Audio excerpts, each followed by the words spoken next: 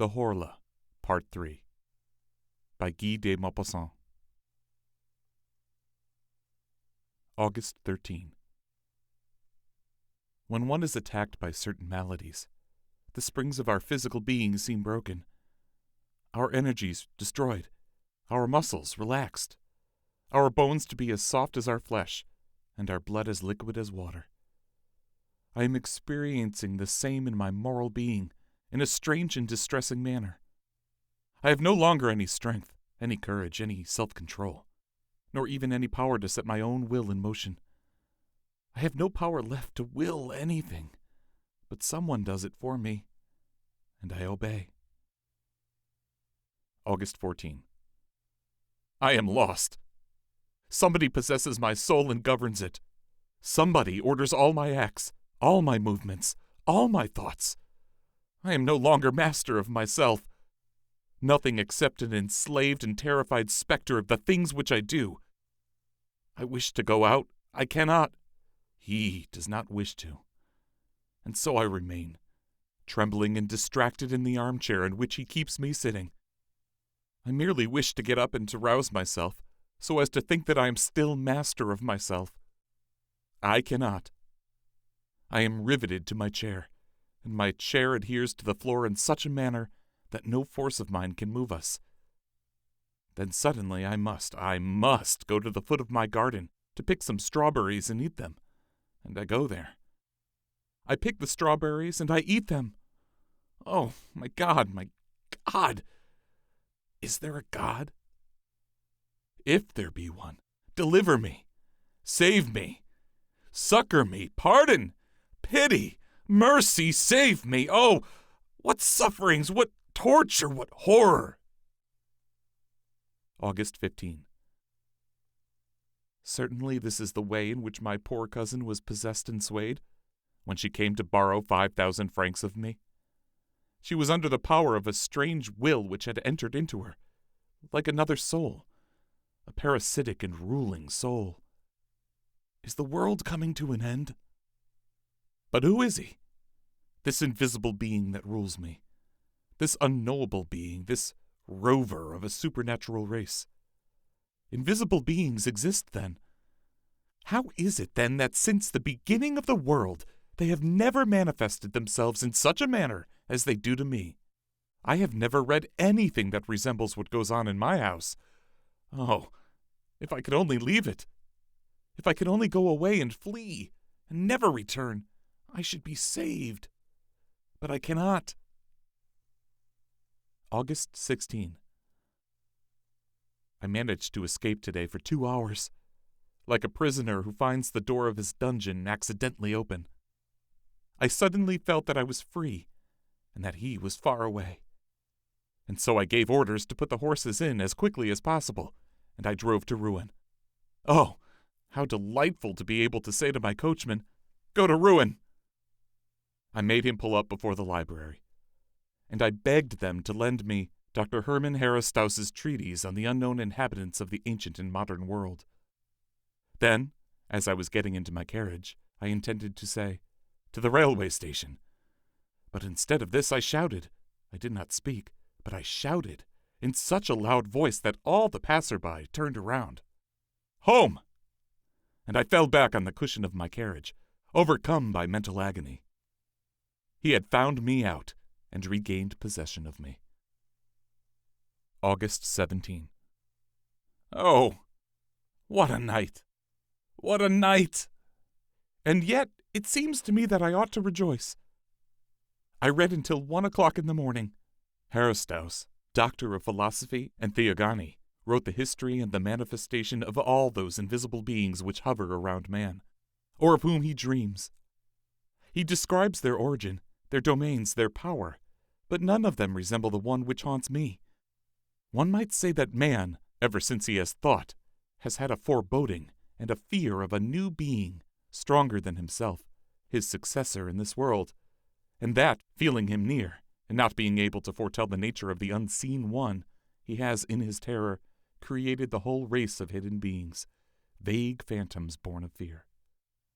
Having therefore read until 1 o'clock in the morning, I went and sat down at the open window, in order to cool my forehead and my thoughts in the calm night air.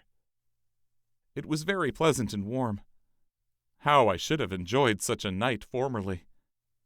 There was no moon, but the stars darted out their rays in the dark heavens. Who inhabits those worlds? What forms, what living beings, what animals are there yonder? Do those who are thinkers in those distant worlds know more than we do? What can they do more than we? What do they see which we do not? Will not one of them, some day or other, traversing space, appear on our earth to conquer it, just as formerly the Norsemen crossed the sea in order to subjugate nations feebler than themselves? We are so weak, so powerless, so ignorant, so small. We who live on this particle of mud which revolves in liquid air. I fell asleep, dreaming thus in the cool night air, and then, having slept for about 3/4 of an hour, I opened my eyes without moving, awakened by an indescribably confused and strange sensation. At first I saw nothing, and then suddenly it appeared to me as if a page of the book, which had remained open on my table, turned over of its own accord. Not a breath of air had come in at my window, and I was surprised and waited. In about 4 minutes I saw with my own eyes, another page lift itself up and fall down on the others, as if a finger had turned it over. My armchair was empty, appeared empty, but I knew that he was there. He, and sitting in my place, and that he was reading.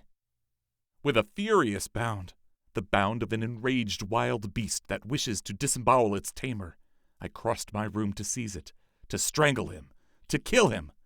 But before I could reach it, my chair fell over as if somebody had run away from me. My table rocked, my lamp fell and went out, and my window closed as if some thief had been surprised and had fled out into the night, shutting it behind him. So he had run away. He had been afraid. He, afraid of me! So tomorrow or later, some day or other, I should be able to hold him in my clutches and crush him against the ground. Do not dogs occasionally bite and strangle their masters? August 18. I have been thinking the whole day long. Oh, yes, I will obey him, follow his impulses, fulfill all his wishes, show myself humble, submissive, a coward.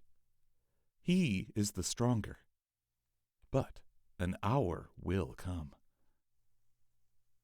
August 19. I know all. I have just read the following in the Revue du Monde Scientifique.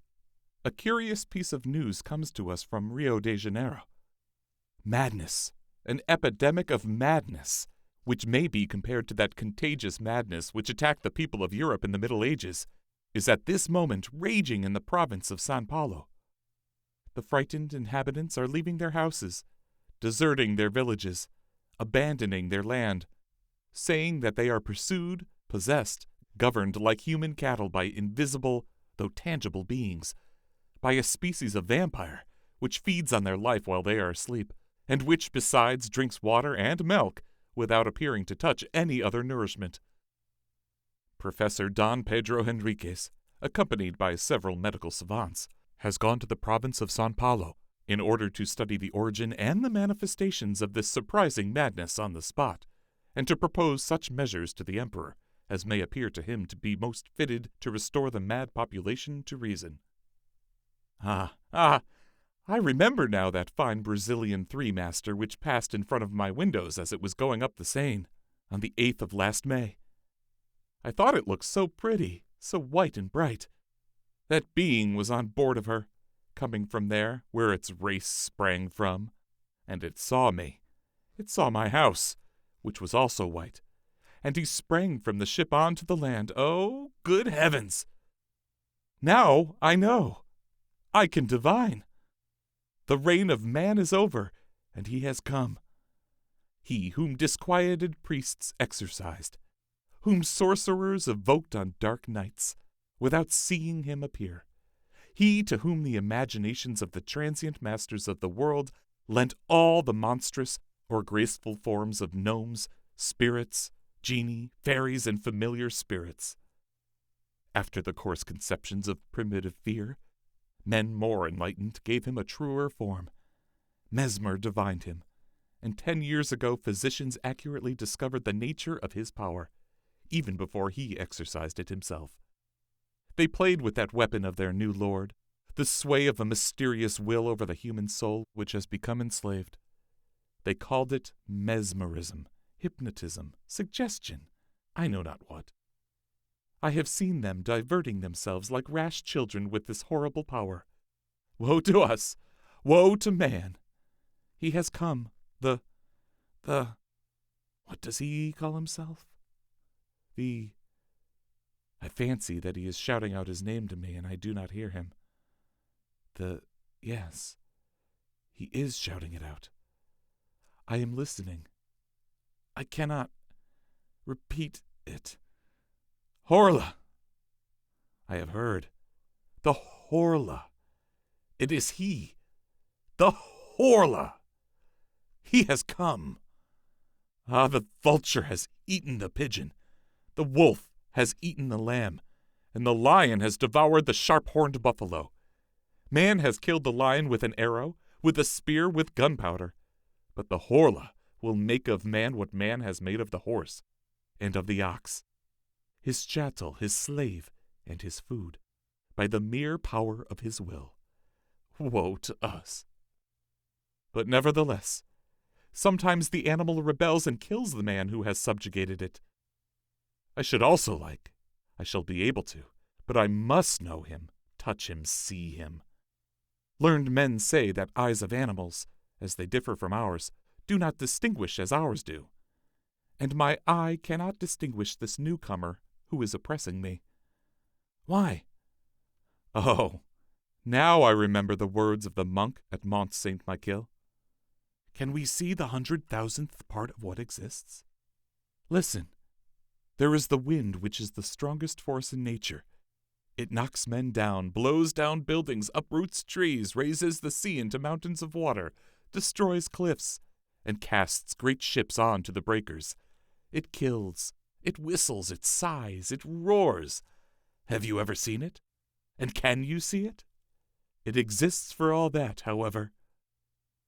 And I went on thinking. My eyes are so weak, so imperfect, that they do not even distinguish hard bodies. If they are as transparent as glass, if a glass without quicksilver behind it were to bar my way, I should run into it, just like a bird which has flown into a room breaks its head against the window panes. 1,000 things, moreover, deceive a man and lead him astray. How then is it surprising that he cannot perceive a new body which is penetrated and pervaded by the light? A new being! Why not? It was assuredly bound to come. Why should we be the last? We do not distinguish it, like all the others created before us? The reason is that its nature is more delicate, its body finer and more finished than ours. Our makeup is so weak, so awkwardly conceived. Our body is encumbered with organs that are always tired, always being strained like locks that are too complicated. It lives like a plant, and like an animal nourishing itself with difficulty on air, herbs, and flesh. It is a brute machine, which is a prey to maladies, to malformations, to decay. It is broken-winded, badly regulated, simple and eccentric, ingeniously yet badly made, a coarse and yet a delicate mechanism. In brief, the outline of a being which might become intelligent and great.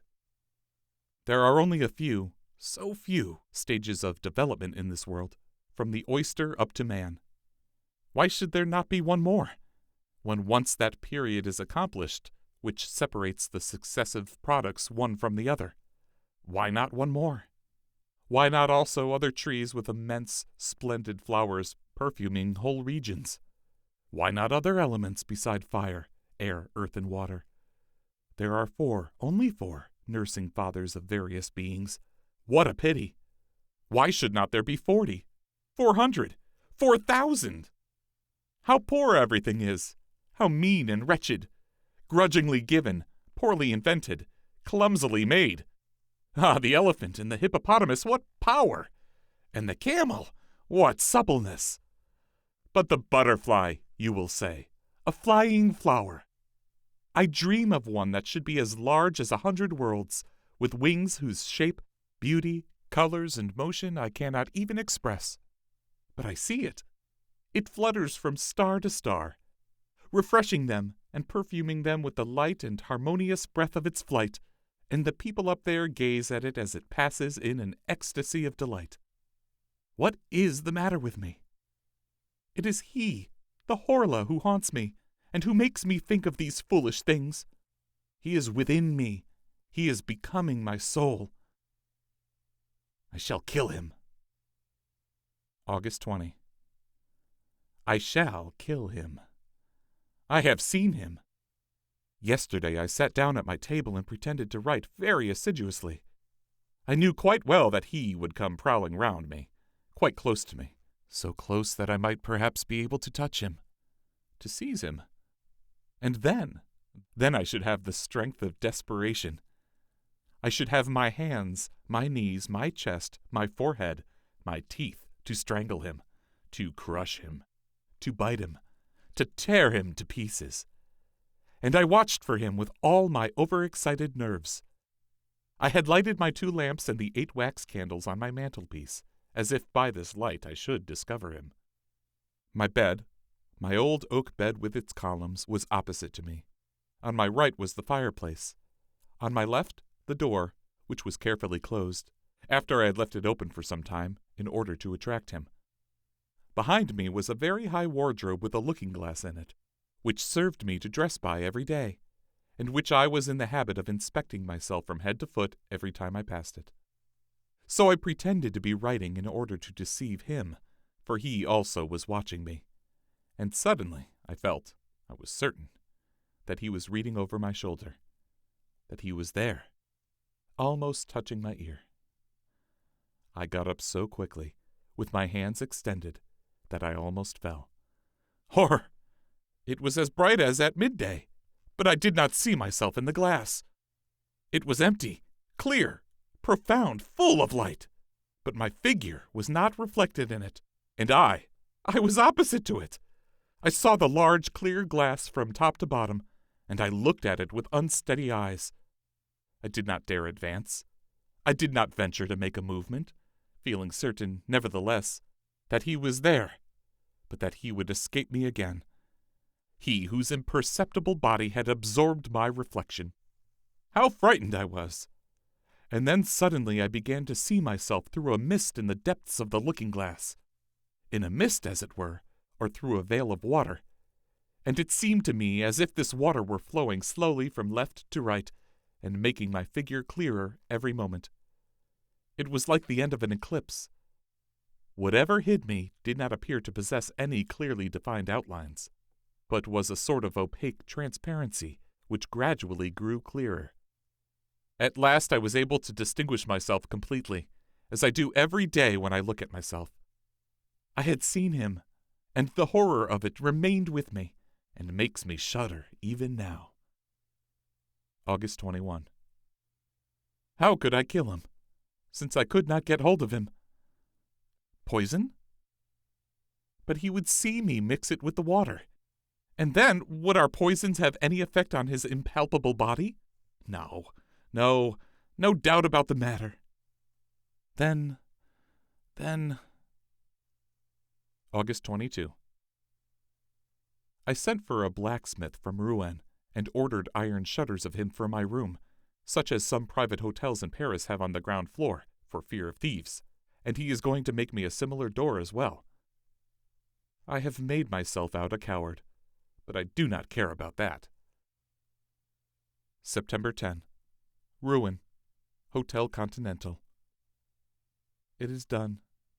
It is done. But is he dead? My mind is thoroughly upset by what I have seen. Well then, yesterday, the locksmith, having put on the iron shutters and door, I left everything open until midnight, although it was getting cold. Suddenly I felt that he was there, and joy, mad joy, took possession of me. I got up softly, and I walked to the right and left for some time, so that he might not guess anything. Then I took off my boots and put on my slippers carelessly. Then I fastened the iron shutters, and going back to my door quickly, I double-locked it with a padlock, putting the key into my pocket. Suddenly I noticed that he was moving restlessly around me, that in his turn he was frightened, and was ordering me to let him out. I nearly yielded, though I did not quite, but putting my back to the door, I half opened it, just enough to allow me to go out backward. And as I am very tall, my head touched the lintel. I was sure that he had not been able to escape, and I shut him up quite alone, quite alone. What happiness! I had him fast. Then I ran downstairs into the drawing-room, which was under my bedroom. I took the 2 lamps and poured all the oil onto the carpet, the furniture, everywhere. Then I set fire to it and made my escape, after having carefully double-locked the door. I went and hid myself at the bottom of the garden, in a clump of laurel bushes. How long it was! Everything was dark, silent, motionless. Not a breath of air, and not a star, but heavy banks of clouds which one could not see, but which weighed, oh, so heavily on my soul. I looked at my house and waited. How long it was! I already began to think that the fire had gone out of its own accord, or that he had extinguished it, when one of the lower windows gave way under the violence of the flames, and a long, soft, caressing sheet of red flame mounted up the white wall and kissed it as high as the roof. The light fell on to the trees, the branches, and the leaves, and a shiver of fear pervaded them also. The birds awoke. A dog began to howl, and it seemed to me as if the day were breaking.